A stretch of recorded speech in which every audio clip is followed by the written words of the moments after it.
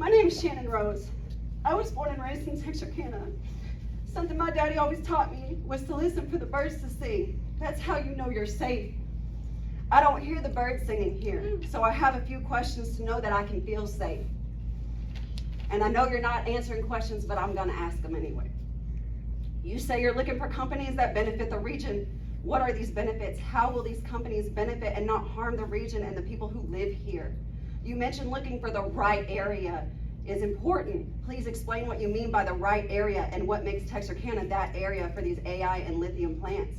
Data centers are overwhelmingly sited in marginalized communities already struggling with over-industrialization and hazardous conditions, not to mention poverty, high rates of chronic illness, and limited access to health care, according to a recent report by the Capert Foundation.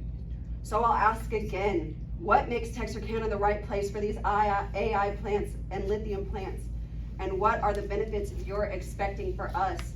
And do they outweigh the health of the people that live here? And that's all I have to say.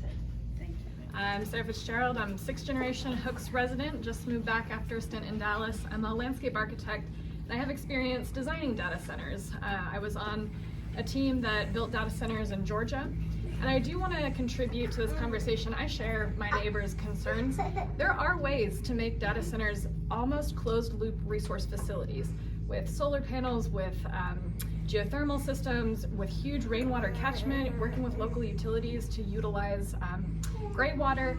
The problem is all of that impacts the bottom line for private investors. And what I would like to see as a resident, the only way that I could support this data center project would be if we had a transparent development agreement that outlined design standards that we would hold this company to, so that we wouldn't have to pay the bill at the end of the day for our energy and our water, essentially subsidizing profits that are going to be extracted out of our community for shareholders that don't live here. Hi, I'm an emergency management major, and I'm also a volunteer for OEM in Miller County. And my question is our regional OEM systems, that means the county, that means the cities, are they prepared for this? Have you had conversations with them? What conversations have you had with them? Because while there may be some emergency management going on site, it's going to affect this entire community, which tells me that's going to be a regional problem, not just within the acreage, that the data center is put on. So I'm thinking about, like, who's going to train the emergency staff on specialized hazards? When is our hazard mitigation annex for the county going to be updated, and by who? And do they have the qualifications needed to actually update that to that level to address those problems that could and will and potentially will arise from this? The future, the children, that was my other point. It's not about us.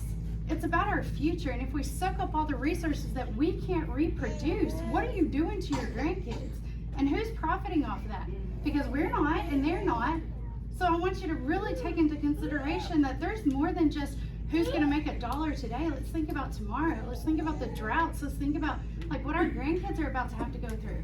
All in the name of what? $1 for somebody else? Because it's not going to pour back into us. That's my 2 cents.